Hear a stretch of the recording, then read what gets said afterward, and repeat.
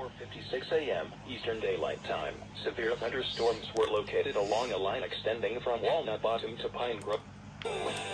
That's warning for of central Pennsylvania, central Cumberland County, in south central Pennsylvania, western York County, in south central Pennsylvania, until 6 a.m. Eastern Daylight Time.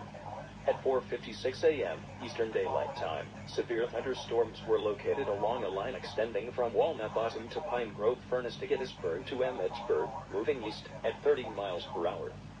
Hazard: 60 miles per hour wind gusts and nickel-size hail. Source: radar indicated. Impact: expect damage to roofs, siding, and trees. Locations impacted include York, Hanover, Whitehillstown, Gettysburg, Parkville, Shippensburg, Spry, East York, and West York. This includes the following interstates: the Pennsylvania Turnpike from mile markers 2034, Interstate 81 from mile markers 27 to 42, Interstate 83 from mile markers 6 to 24. Precautionary/preparedness actions: for your protection, move to an interior room on the lowest floor of a building.